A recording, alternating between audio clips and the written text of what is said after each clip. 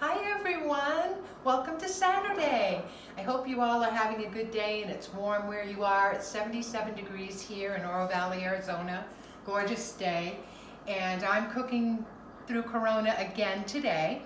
And because so many of you had asked about my pie crust recipe, I thought I would give you a very short video this afternoon explaining how I make it. It's flawless, it comes out perfect every time. And I can't tell you how many different pie crusts I have made in my lifetime. And they're either tough, they're not flaky, they fall apart, or they're too hard. This one you can use for fruit pies, cream pies, salmon pie, chicken pies, anything, and it's fantastic, okay? So what you're first going to do, and I've got the process started a little bit so we could get ahead of the game a little. This is 3 cups of flour, 3/4 of a cup of vegetable shortening, and 3/4 of a cup of cold butter pieces, which is 1.5 sticks, okay? So what I did was, I sat down for a while and I just cut this cold butter and the Crisco shortening into the flour until it became really crumbly. So that's the point that we're at right now. Okay, so after that, what you're going to do is you're going to lightly beat an egg, okay? And lightly beat is just, you know, swirl it around a little bit and you're done, okay? That's it. Then you're going to add that.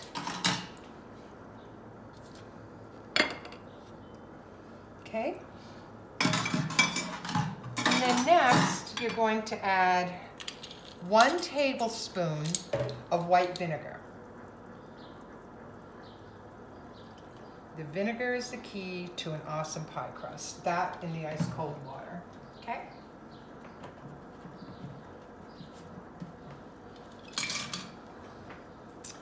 So next,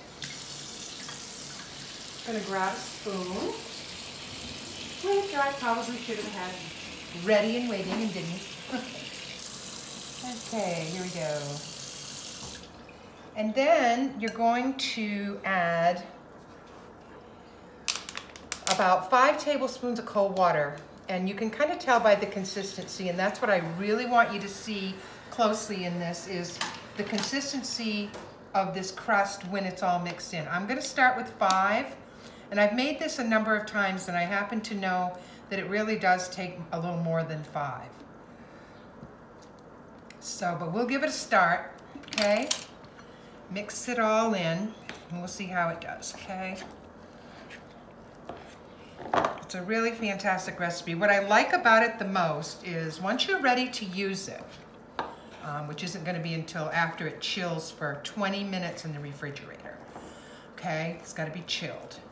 But once you're ready to use it and you have a flour, your board, or counter or whatever, if you're like me, if you have granite countertops, you can do it, you know, put the flour right on the countertop and make sure there's lots of it, and mix the flour in with the dough so that, you know, it's very easy to roll, because if it doesn't stick to that flour, you can fold it over and pick it up like I did with the lobster pie last night, if you were watching.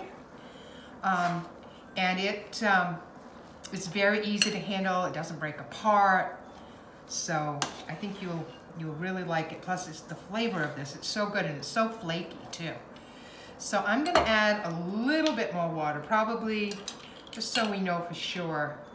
I'm going to add like 2 more, 3 more. So actually, we've got 8 tablespoons of water in there. Okay. So if you saw my pie crust recipe online today, remember when you watch this video. Either if you watch it on YouTube or if you watch it on Facebook, that this is 8 tablespoons of water, not 5, okay?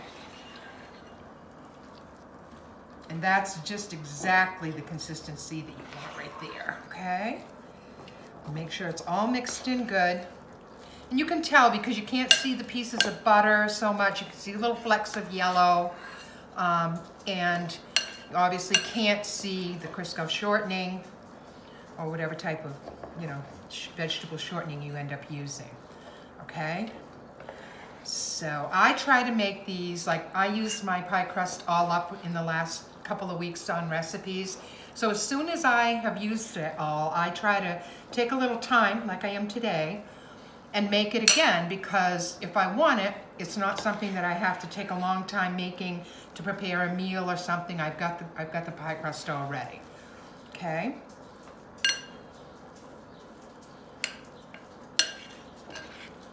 Okay, and that's it right there, okay? So I'm gonna set this over here for a second.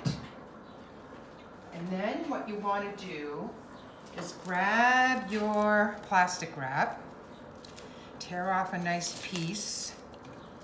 Speaking of plastic wrap, this stuff is a lifesaver. John found this at the store and brought it home one day, and I've only bought this ever since. It cuts your piece off, just the size you want.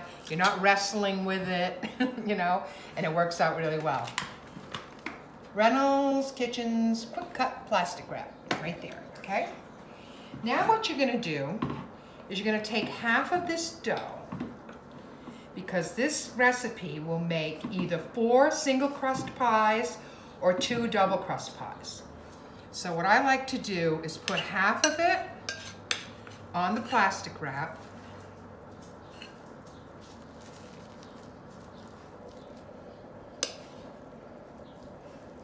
about half. And then you're gonna wrap it up in the plastic wrap. Okay? And then you wanna just kind of squeeze it together and kind of flatten it out just a little bit. Okay? There's one. And this right here is enough for 2 pie crusts if you're making a double pie. Or you can also wrap this up, you know, you could cut this in half if you think you might want just a single crust pie for something. You know, cut this in half and wrap it up in 2.